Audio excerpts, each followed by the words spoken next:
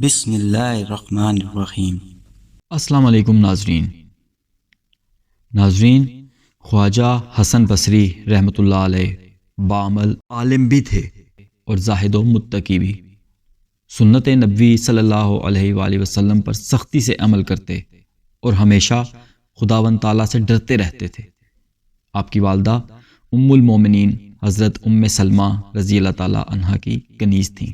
بچپن میں آپ نے ایک دن حضور اکرم صلی اللہ علیہ وآلہ وسلم کے پیالے کا پانی پی لیا، اور جب حضور صلی اللہ علیہ وآلہ وسلم نے دریافت فرمایا کہ میرے پیالے کا پانی کس نے پیا ہے، تو حضرت ام سلمہ رضی اللہ تعالیٰ عنہ نے کہا کہ حسن نے۔ یہ سن کر حضور صلی اللہ علیہ وآلہ وسلم نے فرمایا کہ اس نے جس قدر پانی میرے پیالے میں سے پیا ہے، اس قدر میرا علم اس میں اثر کر گیا۔ ایک دن حضور اکرم حضرت ام سلمہ رضی اللہ تعالیٰ عنہ کے مکان پر تشریف لائے تو انہوں نے حسن بصری کو آپ کی آغوش مبارک میں ڈال دیا۔ اس وقت حضور صلی اللہ علیہ وآلہ وسلم نے آپ کے لیے بھلائی کی دعا فرمائی، اور اس دعا کی برکت سے آپ کو بے پناہ مراتب حاصل ہوئے۔ ولادت کے بعد جب آپ کو حضرت عمر رضی اللہ تعالیٰ عنہ کی خدمت میں پیش کیا گیا تو آپ نے فرمایا کہ اس کا نام حسن رکھو، کیونکہ یہ بہت ہی خوب روح ہے۔ حضرت ام سلمہ رضی اللہ تعالیٰ عنہ نے آپ کی تربیت فرمائی اور ہمیشہ یہی دعا کیا کرتی تھی کہ اے اللہ، حسن کو مخلوق کا رہنما بنا دے۔ چنانچہ آپ یکدائے روزگار بزرگوں میں سے ہوئے ہیں اور 120 صحابہ رضی اللہ تعالیٰ عنہ سے شرف نیاز حاصل ہوا۔ ان میں 70 شہدائے بدر بھی شامل ہیں۔ آپ کو حضرت حسن بن علی سے شرف بیعت حاصل تھا اور انہی سے تعلیم بھی پائی، لیکن تحفہ کے مصنف لکھتے ہیں کہ آپ حضرت علی رضی اللہ تعالیٰ عنہ سے بیعت تھے اور انہی کے خلفاء میں سے ہوئے۔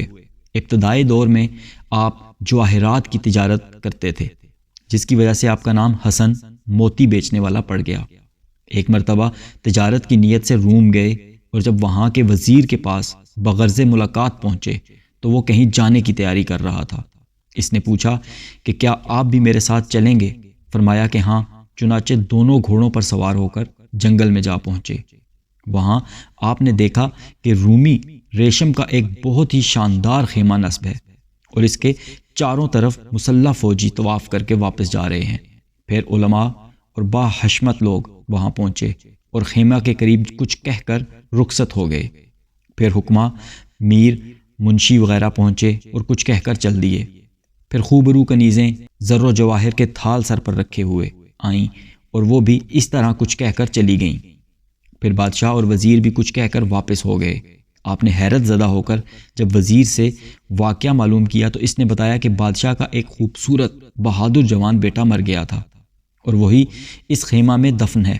چنانچہ آج کی طرح ہر سال یہاں تمام لوگ آتے ہیں۔ سب سے پہلے فوج آ کر کہتی ہے کہ اگر جنگ کے ذریعے تیری موت ٹل سکتی تو ہم جنگ کر کے تجھے بچا لیتے، مگر اللہ تعالیٰ سے جنگ کرنا ممکن نہیں۔ اس کے بعد حکماء آ کر کہتے ہیں کہ اگر عقل و حکمت سے موت کو روکا جا سکتا تو ہم یقیناً روک دیتے۔ پھر علماء مشائخ آ کر کہتے ہیں کہ اگر دعاؤں سے موت کو رفع کیا جا سکتا تو ہم رفع کر دیتے۔ پھر حسین کنیزیں آ کر کہتی ہیں کہ اگر حسن و جمال سے موت کو ٹالا جا سکتا تو ہم ٹال دیتی۔ پھر بادشاہ وزیر کے ساتھ آ کر کہتا ہے کہ اے میرے بیٹے، ہم نے حکماء و اتباع کے ذریعے بہت کی کوشش کی، لیکن تقدیر الہی کو کون مٹا سکتا ہے، اور اب آئندہ سال تک تجھ پر ہمارا سلام ہو، یہ کہہ کر واپس ہو جاتا ہے۔ حضرت حسن نے یہ واقعہ سن کر قسم کھائی کہ زندگی بھر کبھی نہ ہنسوں گا، اور دنیا سے بیزار ہو کر فکر آخرت میں گوشہ نشینی اختیار کر لی۔ مشہور ہے کہ 70 سال تک آپ ہمہ وقت باوضو رہے اور اپنے ہم عصر بزرگوں میں ممتاز ہوئے۔ کسی شخص نے ایک بزرگ سے دریافت کیا کہ حسن بصری ہم سے زیادہ افضل کیوں ہے؟ انہوں نے جواب دیا کہ حسن کے علم کی ہر فرد کو ضرورت ہے اور اس کو سوائے خدا کے کسی کی حاجت نہیں، اسی لیے وہ سب کے سردار ہیں۔ ہفتہ میں ایک مرتبہ آپ واز کیا کرتے تھے، مگر جب تک حضرت رابعہ بصری شریک نہ ہوتی تو واز نہیں کہتے۔ لوگوں نے عرض کیا کہ آپ کے واز میں تو بڑے بڑے بزرگ حاضر ہوتے ہیں، پھر آپ صرف ایک بوڑھی عورت کے نہ ہونے سے واز کیوں ترک کر دیتے ہیں؟ فرمایا کہ ہاتھی کے برتن کا شربت چونٹیوں کے برتن میں کیسے سما سکتا ہے؟ اور جب آپ کو دوران واز جوش آ جاتا تو رابعہ بصری سے فرماتے کہ یہ تمہارے ہی جوش و گرمی کا اثر ہے۔ ایک مرتبہ لوگوں نے سوال کیا کہ کیا آپ اپنے واز میں کثیر لوگوں کے اجتماع سے خوش ہوتے ہیں؟ فرمایا کہ میں تو اس وقت مسرور ہوتا ہوں جب کوئی عشق الہی میں دل جلا آ جاتا ہے۔ کسی نے سوال کیا کہ اسلام کیا ہے اور مسلمان کس کو کہتے ہیں؟ فرمایا کہ اسلام کتاب میں ہے اور مسلمان قبر میں۔ جب آپ سے دین کی اساس کے متعلق سوال کیا گیا تو فرمایا کہ تقویٰ دین کی اساس ہے اور لالچ تقویٰ کو ضائع کر دیتا ہے۔ پوچھا گیا کہ جنت عدن کا کیا مفہوم ہے، اس میں کون داخل ہوگا؟ فرمایا کہ اس میں سونے کے محلات ہیں اور سوائے نبی کریم صلی اللہ علیہ وآلہ وسلم اور جو صدیقین و شہداء، عادل بادشاہ اور دیگر انبیاء کرام کے کوئی داخل نہیں ہو سکتا۔ سوال کیا گیا کیا روحانی طبیب کسی دوسرے کا علاج کر سکتا ہے؟ فرمایا اس وقت تک نہیں جب تک خود اپنا علاج نہ کرے، چونکہ جو خود ہی راستہ بھولے ہوئے ہوں وہ دوسروں کی راہبری کیسے کر سکتا ہے؟ فرمایا کہ میرا واز سنتے رہو، تمہیں فائدہ پہنچے گا، لیکن میری بے عملی تمہارے لیے ضرر رساں نہیں۔ لوگوں نے عرض کیا کہ ہمارے قلوب تو سوئے ہوئے ہیں، ان پر آپ کا واز کیا اثر انداز ہوگا؟ فرمایا کہ خوابیدہ قلوب کو تو بیدار کیا جا سکتا ہے، البتہ مردہ دلوں کی بیداری ممکن نہیں۔ لوگوں نے عرض کیا کہ بعض جماعتوں کے اقوال ہمارے قلوب میں خوف و خشیت پیدا کر دیتے ہیں۔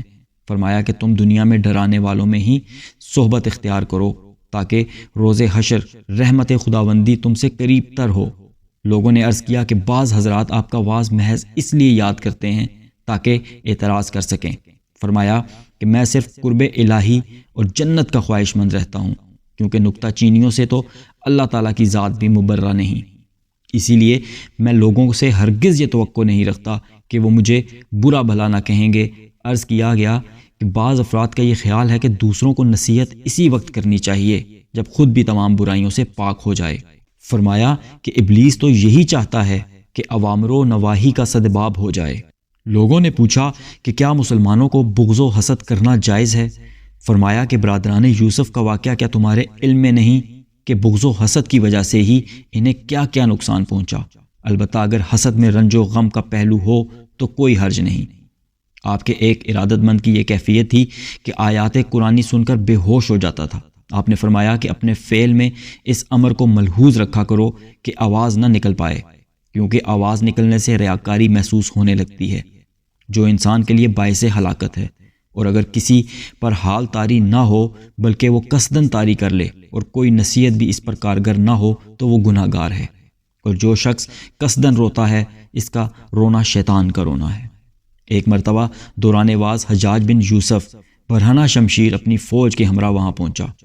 اسی محفل میں ایک بزرگ نے اپنے دل میں یہ خیال کیا کہ آج حسن بصری کا امتحان ہے کہ وہ تعظیم کے لیے کھڑے ہوتے ہیں یا واز میں مشغول رہتے ہیں۔ چنانچہ آپ نے حجاج کی آمد پر کوئی توجہ نہ کی اور اپنے واز میں مشغول رہے۔ چنانچہ اس بزرگ نے یہ تسلیم کر لیا کہ واقعی آپ اپنی خصلتوں کے اعتبار سے اس میں بامسمہ ہیں، کیونکہ احکام خداوندی بیان کرتے وقت آپ کسی کی پرواہ نہیں کرتے۔ اختتام واز کے بعد حجاج نے دست بوزی کرتے ہوئے لوگوں سے کہا کہ اگر تم مرد خدا سے ملنا چاہتے ہو تو حسن کو دیکھ لو۔ پھر بعض لوگوں نے انتقال کے بعد حجاج کو خواب میں دیکھا کہ میدان حشر میں کسی کی تلاش میں ہے، اور جب اس سے پوچھا گیا کہ کس کی جستجو ہے تو کہنے لگا میں اس جلوہ خداوندی کا متلاشی ہوں جس کو محی الدین تلاش کیا کرتے ہیں۔ لوگ کہتے ہیں کہ وقت مرگ حجاج کی زبان پر یہ کلمات تھے کہ اللہ تو غفار ہے اور تجھ سے برتر کوئی دوسرا نہیں، لہٰذا اپنی غفاری ایک کم حوصلہ مشت خاک پر بھی ظاہر کر کے اپنے فضل سے میری مغفرت فرما دے، کیونکہ پورا عالم یہی کہتا ہے کہ اس کی بخشش ہرگز نہیں ہو سکتی اور یہ عذاب میں گرفتار رہے گا، لیکن اگر تو نے مجھے بخش دیا تو سب کو معلوم ہو جائے گا، یقیناً تیری شان فعال لما یرید اللہ تعالیٰ، جس کا ارادہ کرتے ہیں وہی کرتے ہیں۔ جب حسن بصری نے یہ واقعہ سنا تو فرمایا کہ یہ بدخصلت حصول آخرت بھی اپنی مرضی سے کرنا چاہتا ہے۔ حضرت علی رضی اللہ تعالیٰ عنہ جب وارد بصرہ ہوئے تو تمام واعظین کو واز گوئی سے منع کرتے ہوئے فرمایا کہ تمام ممبروں کو توڑ کر پھینک دو۔ لیکن جب حسن بصری کی مجلس واز میں پہنچے تو ان سے پوچھا کہ تم عالم ہو یا طالب علم؟ آپ نے جواب دیا کہ میں تو کچھ بھی نہیں ہوں، البتہ جو کچھ احادیث نبوی سے سنا ہے وہ لوگوں تک پہنچا دیتا ہوں۔ یہ سن کر حضرت علی رضی اللہ تعالیٰ عنہ نے فرمایا کہ آپ کو واعظ گوئی کی اجازت ہے۔ اور جب حسن بصری کو یہ علم ہوا کہ وہ حضرت علی رضی اللہ تعالیٰ عنہ ہیں تو ان کی جستجو میں نکل کھڑے ہوئے، اور ایک جگہ جب ان سے ملاقات ہو گئی تو عرض کیا کہ مجھے وضو کا طریقہ سکھا دیجئے۔ چنانچہ ایک تشت میں پانی منگوا کر حضرت علی رضی اللہ تعالیٰ عنہ نے آپ کو وضو کا طریقہ سکھایا، اور اسی وجہ سے اس مقام کا نام بالتشت پڑ گیا۔ منقول ہے کہ کسی شخص سے جب آپ نے گریہ و زاری کا سبب دریافت کیا تو اس نے عرض کیا کہ میں نے محمد بن کعب سے سنا ہے کہ روز محشر ایک صاحب ایمان اپنی گناہ گاری کی وجہ سے برسوں جہنم میں پڑا رہے گا۔ آپ نے فرمایا کہ کاش اس کے بدلے مجھے جہنم میں پھینک دیا جائے اور وہ محفوظ رہ جائے، کیونکہ مجھے تو اپنے متعلق یہ توقع نہیں ہے کہ 1000 سال تک بھی چھٹکارا حاصل کر سکوں گا۔ ایک سال بصرہ میں ایسا شدید قحط پڑا کہ 2 لاکھ افراد نماز استسقاء کے لیے بیرون شہر پہنچ گئے، اور ایک منبر پر حسن بصری کو بٹھا کر اوپر اٹھائے ہوئے دعا میں مشغول ہو گئے، لیکن آپ نے فرمایا کہ تم بارش کے خواہش مند ہو تو مجھ کو شہر بدر کر دو۔